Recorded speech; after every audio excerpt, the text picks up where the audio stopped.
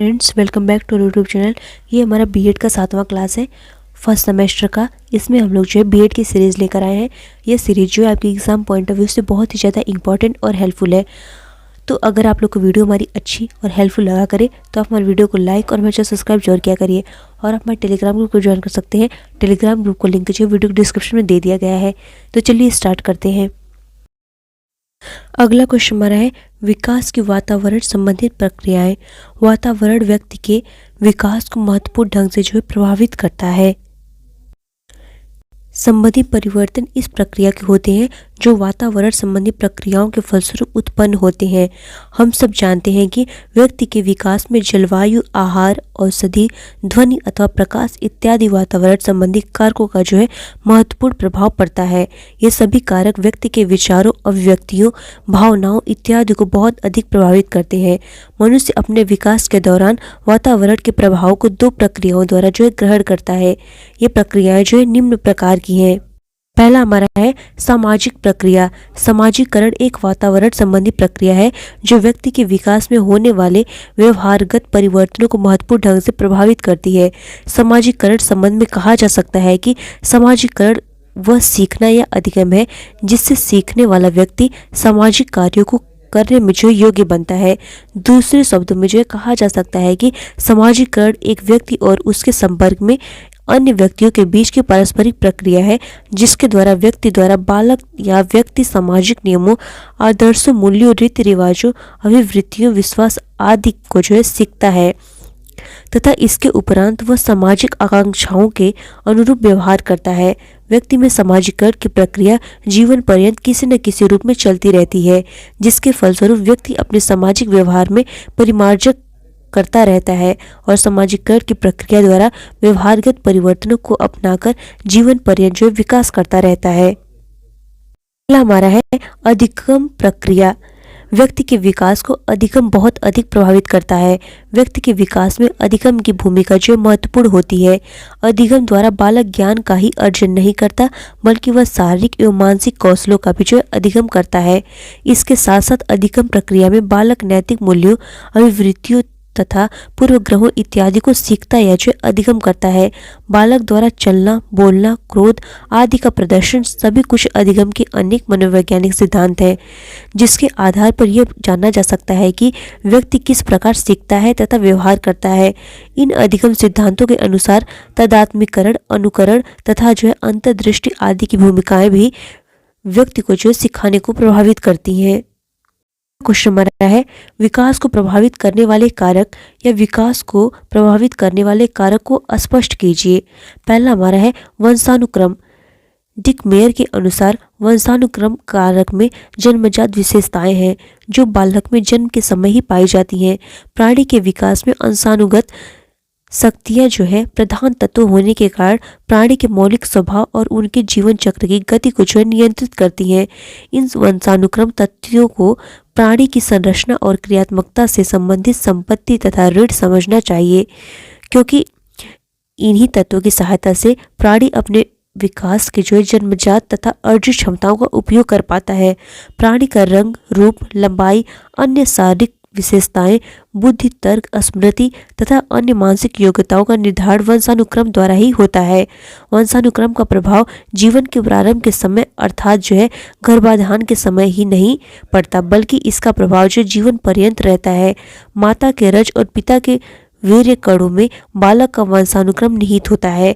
गर्भाधान के समय जीन्स भिन्न भिन्न जो है प्रकार के संयुक्त होते हैं। ये जीन्स ही वंशानुक्रम के वाहक हैं।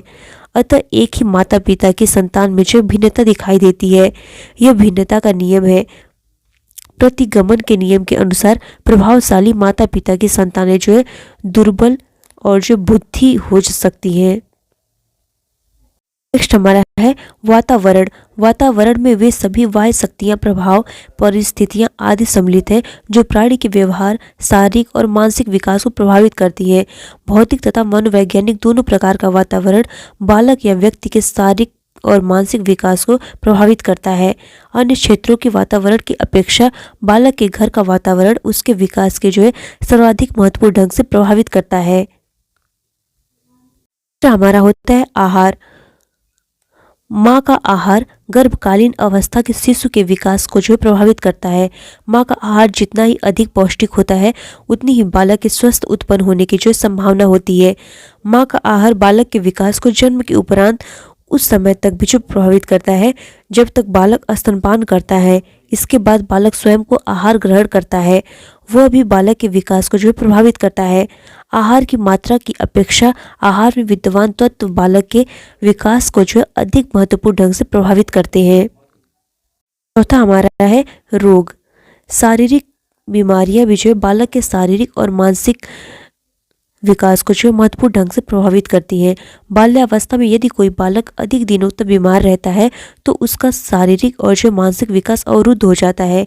यदि इसका उपयुक्त ढंग से उपचार नहीं किया जाता है तो विकास की यह अवरुद्धता प्रौढ़ावस्था तक जो है अपना प्रभाव छोड़ती है। जिन बालकों का सामान्य स्वास्थ्य रहता है और जिन्हें बीमारियां कम से कम होती हैं उनका शारीरिक और मानसिक विकास प्रायः जो है सामान्य गति से चलता रहता है। अगला क्वेश्चन हमारा है शारीरिक विकास का अर्थ क्या है। शारीरिक विकास जो है गर्भधारण के तुरंत बाद प्रारंभ हो जाता है। भिन्न भिन्न विकास अवस्थाओं में शारीरिक विकास भिन्न भिन्न गति से चलता है। प्रत्यक्ष तथा अप्रत्यक्ष रूप से बालक के व्यवहार और कौशल आदि पर शारीरिक विकास का जो है महत्वपूर्ण प्रभाव पड़ता है। शारीरिक अंगों में होने वाली विवृद्धि तथा शरीर के आकार प्रकार आदि का अध्ययन शारीरिक विकास के अंतर्गत किया जाता है। किशोरावस्था के अंत तक शारीरिक विकास या शारीरिक विवृद्धि अपनी चरम सीमा पर जो पहुंच जाती है। किशोरावस्था के उपरांत शारीरिक विकास रुक जाता है और अन्य विकास जो है अवस्थाओं में केवल शारीरिक परिवर्तन ही दृष्टिकोण होते हैं। ये शारीरिक परिवर्तन जो है वृद्धावस्था के अंत तक जारी रहता है। इस प्रकार यदि विकास अवस्थाओं के आधार पर कहा जाए तो बालक में शारीरिक विकास गर्भावस्था से जो है शुरू होकर किशोरावस्था तक होता है। शारीरिक विकास का स्वरूप हमेशा जो है एक जैसा नहीं होता। मेरेडिथ ने जो है शारीरिक विकास के अर्थ को स्पष्ट करते हुए लिखा है कि शारीरिक दैहिक परिवर्तनों की उस संपूर्ण श्रृंखला को शारीरिक प्रवृत्ति या विकास कहा जाता है जो गर्भाशय में वृद्धावस्था की समाप्ति तक जो है घटित होती है। अगला क्वेश्चन हमारा क्या है शारीरिक विकास का महत्व क्या है। तो सामान्य शारीरिक विकास का प्रभाव बालक के व्यवहार के मुख्यतः 4 क्षेत्रों पर जो पड़ता है। पहला हमारा है शारीरिक विकास के कारण नाड़ी संस्था का विकास होता है तथा मस्तिष्क का विकास होता है। इस विकास के कारण बालक में बौद्धिक और मानसिक योग्यताओं का विकास होता है जिससे बालक में नए व्यवहार प्रतिमान उत्पन्न होते हैं। इन नए व्यवहार प्रतिमानों में उनके जो है संवेगात्मक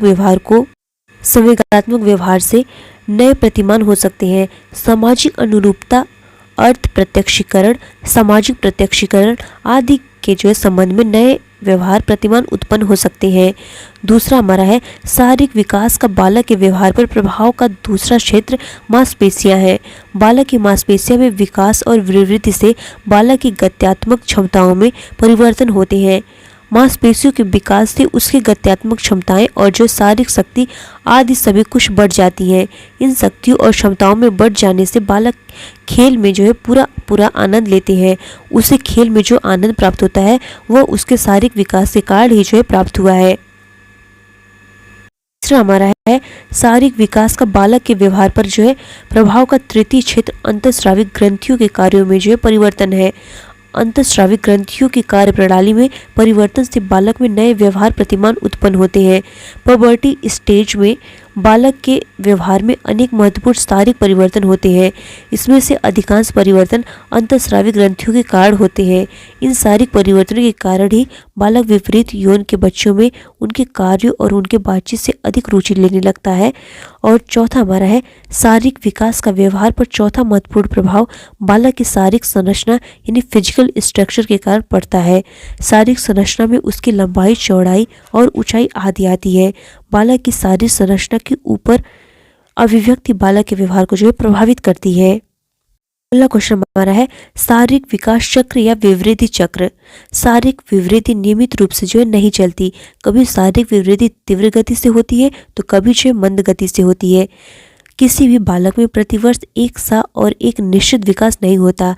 बालक में विवृद्धि कुछ चक्रों या व्यव्य के रूप में जो है यहाँ चक्र का अर्थ है एक समय जिसमें घटनाएं एक विशेष क्रम में जो है घटित होती हैं। पार्कर का विचार है कि विवृद्धि कभी मंद गति से होती है तो कभी जो है तीव्र गति से होती है। विवृद्धि की गति कोई भी क्यों न विवृद्धि से जो है हमेशा एवं सामंजस्य अवश्य होता है। और हमारा शारीरिक विकास के चक्र सामान्यतः नियमित प्रकार के होते हैं, जिससे काल चक्रों के विषय में पूर्व कथन करना जो है संभव होता है। शारीरिक विकास के चक्रों के नियमित होने का कारण है बालक समय आने पर अपनी स्वाभाविक शारीरिक विवृद्धि को जो प्राप्त कर लेता है। एक मनोवैज्ञानिक अध्ययन में देखा गया है कि भले ही विकास संबंधी चक्र पूर्व कथनीय क्यों न हो, परंतु कुछ विशेषताएं कारणों से चक्रों द्वारा विवृद्धि के प्रदर्शन में अनुमानित समय में जो परिवर्तन हो जाता है। अनेक मनोवैज्ञानिक अध्ययनों में स्वास्थ्य की खराबी, कुपोषण, लैंगिक भिन्नता, बहुजन्म तथा संवेगात्मक तनाव आदि अनेक ऐसे कारक हैं जो शारीरिक विकास चक्र को महत्वपूर्ण ढंग से जो प्रभावित करते हैं। इन कारणों की वजह से विकास चक्रों या विवृद्धि चक्रों की अनुमानित समय में परिवर्तन हो सकता है। दूसरे शब्दों में कह सकते हैं कि अनुमानित समय जो घट या बढ़ सकता है। अगला क्वेश्चन हमारा है बाल्यावस्था की प्रमुख विशेषताएं क्या हैं। पहला हमारा है रचनात्मक कार्यों में रुचि। बाल्यावस्था में रचनात्मक कार्यों में रुचि की बहुलता होती है। बालक बालिकाएं निर्माण कार्य करने में जो है आनंद और संतोष अनुभव करते हैं। लड़के लड़कियां अपनी रुचि के अनुसार विविध कार्यों को करने में जो है रुचि दिखाते हैं, जैसे दफ्ती से गुलदस्ता या जो मकान बनाना, मिट्टी से खिलौना बनाना, रंगीन कागज और कपड़े से जो फूल आदि बनाना, लड़की की कोई वस्तु बनाना, गुड़िया बनाना जो है आदि। और दूसरा हमारा है संवेगों पर नियंत्रण। बाल्यावस्था में संवेगों में स्थिरता आ जाती है। बालक भय और क्रोध को नियंत्रित करना सीख लेता है। वो अपने माता पिता व अध्यापकों के सामने भी जो है भावनाएं प्रकट करने में संकोच करता है। साथ ही वे यह भी सीख लेते हैं कि किसके सामने कौन सा भावना जो है व्यक्त करना लाभकारी हो सकता है। तीसरा हमारा मानसिक योग्यताओं का विकास। बर्ट के अनुसार इस अवस्था में बालक में सभी आवश्यक मानसिक योग्यताएं विकसित होने लगती हैं। मूर्त तथा प्रत्यक्ष वस्तु के लिए सरलता से जो चिंतन कर लेता है। समझने, स्मरण करने, तर्क आदि करने की जो योग्यताएं विकसित हो जाती हैं। चौथा हमारा है प्रबल जिज्ञासा प्रवृत्ति। बाल्यावस्था में जिज्ञासा की प्रवृत्ति बहुत ही तीव्र हो जाती है। वह अपनी जिज्ञासा को शांत करने के लिए माता पिता व घर के अन्य सदस्यों से जो प्रश्न पूछता है। शैशवावस्था में उसके प्रश्नों की प्रवृत्ति क्या तक सीमित रहती है, परंतु बाल्यावस्था में वह जो है क्या और कैसे भी जानना चाहता है। पांचवा हमारा है वास्तविक जगत से संबंध। बालक काल्पनिक जगत से जो है निकलकर वास्तविकता जगत में विचरण करने लगता है। वो वास्तविक जगत की प्रत्येक वस्तु से आकर्षित होता है तथा इसके बारे में अधिक से अधिक जानकारी प्राप्त करने का प्रयत्न करता है। स्ट्रैंग के अनुसार बालक अपने को अति विशाल संसार में पाता है और उसके बारे में जल्दी से जल्दी जानकारी प्राप्त करना चाहता है। Hope you like this video. अगर आप लोग को वीडियो हमारी अच्छी और हेल्पफुल लगी हो तो आप हमारे वीडियो को लाइक और मेरे चैनल सब्सक्राइब जरूर करिएगा। और आप मेरे टेलीग्राम ग्रुप ज्वाइन कर सकते हैं। टेलीग्राम ग्रुप को लिंक जो वीडियो को डिस्क्रिप्शन में दे दिया गया है। Thanks for watching.